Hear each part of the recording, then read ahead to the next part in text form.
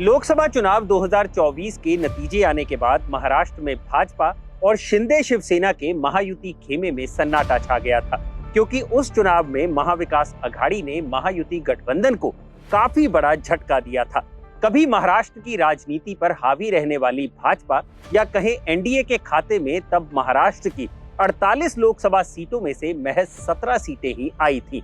इस हार के बाद ये कयास लगने शुरू हो गए थे कि क्या महाराष्ट्र विधानसभा चुनाव में भी महायुति पर एमवीए भारी पड़ेगा। लेकिन अब नतीजे आने के बाद भाजपा ने ये बता दिया है कि वो एक ही गलती बार बार नहीं दोहराती। यही कारण है कि महाराष्ट्र विधानसभा के नतीजों में भाजपा को अब तक की सबसे बड़ी जीत मिली है।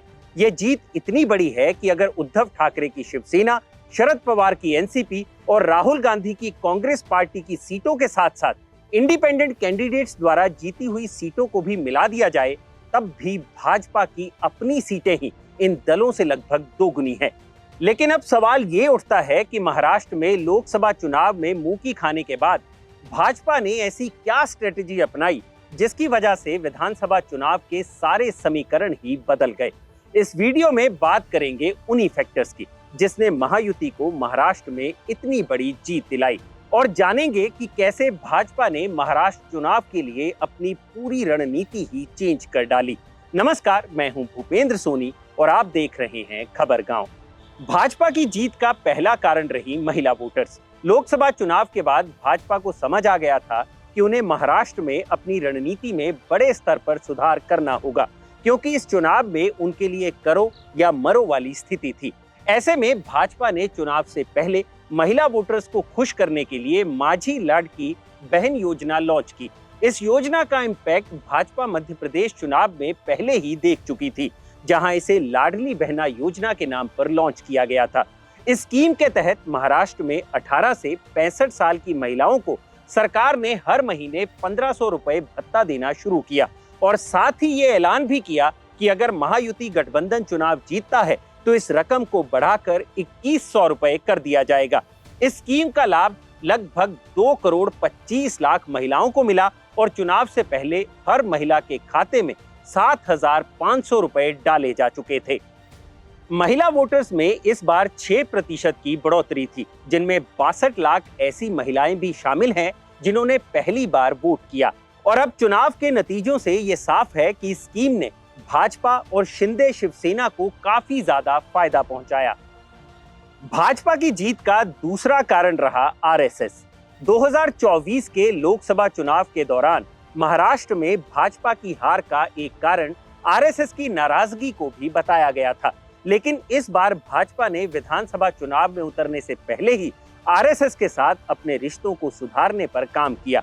यही कारण रहा कि आरएसएस ने इस बार भाजपा और इनफैक्ट महायुति अलायंस के कैंडिडेट्स के लिए जमकर प्रचार किया।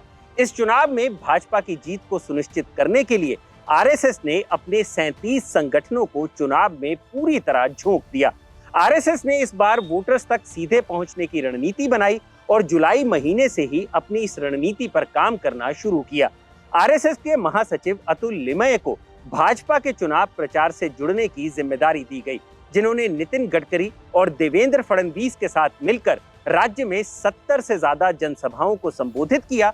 इसके साथ साथ ग्राउंड पर भी काम चलता रहा। आरएसएस ने मराठा, कुनबी और माली समुदायों के नेताओं के साथ भी संवाद स्थापित किया, जिससे भाजपा को इस चुनाव में काफी फायदा मिला। इसके अलावा जानकारों की माने तो भाजपा की जीत में हिंदुत्व स्लोगन्स जैसे कि बटोगे तो कटोगे और एक हैं तो सेफ हैं जैसे नारों ने भी काफी अहम रोल निभाया, क्योंकि एक तरफ जहां महाविकास अघाड़ी मुस्लिम्स, दलित्स और कुनबी वोटों को एकजुट करने में लगी रही, वहीं भाजपा हिंदुत्व के एजेंडे को आगे लेकर चल रही थी, जिसका फायदा चुनावी नतीजों में देखने को मिला। भाजपा की जीत का तीसरा कारण रहा मराठा वोटर्स का सपोर्ट हासिल करना। मनोज जरांगे पाटिल द्वारा मराठाओं के लिए कोटा की मांग को लेकर किए जा रहे एजिटेशन की वजह से भी लोकसभा चुनाव में भाजपा को काफी नुकसान उठाना पड़ा था, क्योंकि मराठा वोट बैंक भाजपा से नाराज चल रहा था। मराठा कम्युनिटी महाराष्ट्र की पॉलिटिक्स को काफी डोमिनेट करती है, क्योंकि महाराष्ट्र की कुल पॉपुलेशन में 33% आबादी मराठाओं की ही है। ऐसे में मनोज जरांगे पाटिल के एजिटेशन की वजह से मराठवाड़ा और नॉर्थ वेस्टर्न महाराष्ट्र के कुछ हिस्सों में मराठा और ओबीसी वोट काफी पोलराइज हो सकता था, जिसका सीधा फायदा शरद पवार की पार्टी एनसीपी को मिलता। लेकिन भाजपा ने हिंदू यूनिटी का कार्ड खेला और साथ ही चीफ मिनिस्टर एकनाथ शिंदे ने मराठा समुदाय की नाराजगी को भी दूर करने की कोशिशें की। इसके अलावा जरांगे पाटिल द्वारा सिर्फ देवेंद्र फडणवीस को ही टारगेट करने की वजह से भी प्रोटेस्ट कमजोर होता चला गया। मराठा क्रांति मोर्चा के नेता जो जरांगे के साथ खड़े थे, उन्होंने भी सवाल उठाने शुरू कर दिए कि आरक्षण के सामाजिक एजेंडे पर राजनीति हावी होती जा रही है। मराठा एजिटेशन कमजोर पड़ गया, जिसका सीधा फायदा भाजपा को मिला। भाजपा की जीत की चौथी वजह बना ओबीसी वोट बैंक को एकजुट करना। जैसे कि हमने आपको ऊपर बताया कि मराठा एजिटेशन की वजह से ओबीसी वोट बैंक के बंटने के पूरे चांसेस थे, लेकिन भाजपा ने टुकड़ों में बटी हुई 353 ओबीसी कम्युनिटीज को एकजुट करने का बड़ा प्लान बनाया। ये इसलिए भी जरूरी था क्योंकि ओबीसी महाराष्ट्र की 288 विधानसभा सीटों में से 175 सीटों पर चुनाव कौन जीतेगा इसका फैसला करते हैं, जिनकी कुल आबादी 38% है।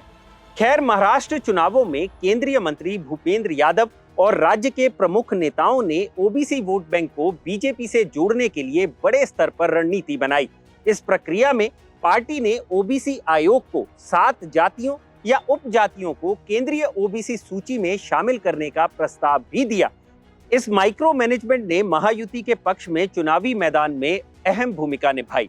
ओबीसी को कनेक्ट करना बीजेपी की रणनीति का एक प्रमुख हिस्सा था, जो राज्य में चुनावी जीत के लिए एक मजबूत कदम साबित हुआ। भाजपा की जीत का 5वां कारण रहा किसानों तक अपनी पहुंच बनाना। महाराष्ट्र की 65% आबादी खेती पर निर्भर है। ऐसे में किसानों की नाराजगी मोल लेना किसी भी दल के लिए सही नहीं था। किसानों का असंतोष खासकर विदर्भ और मराठवाड़ा में बड़ा मुद्दा था, जहां सोयाबीन और कपास के न्यूनतम समर्थन मूल्य यानी एमएसपी को लेकर किसान परेशान थे। लोकसभा चुनावों से मिली सीख को ध्यान में रखते हुए शिंदे सरकार ने किसानों के गुस्से को शांत करने के लिए कई योजनाओं की शुरुआत की। इसके लिए अपने बजट में महाराष्ट्र सरकार ने 7.5 हॉर्स पावर तक के कृषि पंपों के लिए किसानों को मुफ्त बिजली देने की घोषणा की। वहीं महायुति ने अपने चुनावी घोषणा पत्र में किसानों के कर्जों को माफ करने का वादा भी किया और एमएसपी और एक्चुअल प्रोक्योरमेंट प्राइस के बीच के अंतर को भरने के लिए भुगतान करने का भी वादा किया। बहुआयामी प्रगति का अगर कोई पहला नायक है तो वो है यहाँ का किसान। जब महाराष्ट्र का, विदर्भ का किसान खुशहाल होगा तभी देश भी खुशहाल होगा। इन योजनाओं और कदमों ने ग्रामीण क्षेत्रों में बीजेपी की पैठ मजबूत की और किसानों का समर्थन हासिल करने में मदद की। इसके अलावा सरकार ने प्याज के एक्सपोर्ट को बढ़ावा देने के लिए मिनिमम एक्सपोर्ट प्राइस को हटा दिया और एक्सपोर्ट ड्यूटी को भी कम कर दिया और साथ ही प्याज के एक्सपोर्ट बैन को भी हटा लिया गया। इसके साथ साथ soybean oil, crude palm oil और क्रूड सनफ्लावर ऑयल पर इंपोर्ट ड्यूटी बढ़ा दी गई। ये सभी इनिशिएटिव चुनाव से ऐन पहले सितंबर महीने में किए गए, जिससे किसानों की नाराजगी को दूर करने की कोशिश की गई और भाजपा को बम्पर जीत मिली। हालांकि इसके अलावा एक और इनिशिएटिव भाजपा सरकार द्वारा लिया गया, वो था सोयाबीन के मॉइस्चर कंटेंट को 12% से बढ़ाकर 15% करना, जिससे किसानों को काफी रिलीफ मिली। क्योंकि ये मुद्दा मराठवाड़ा में काफी अहम था, इससे भाजपा को काफी फायदा भी मिला। तो ये थे भाजपा की जीत के 5 बड़े कारण। अगर आपको ये वीडियो पसंद आया हो तो इसे लाइक और शेयर जरूर करें और जानकारी से भरे ऐसे ही और वीडियोस देखने के लिए सब्सक्राइब करें हमारा चैनल खबरगांव। शुक्रिया।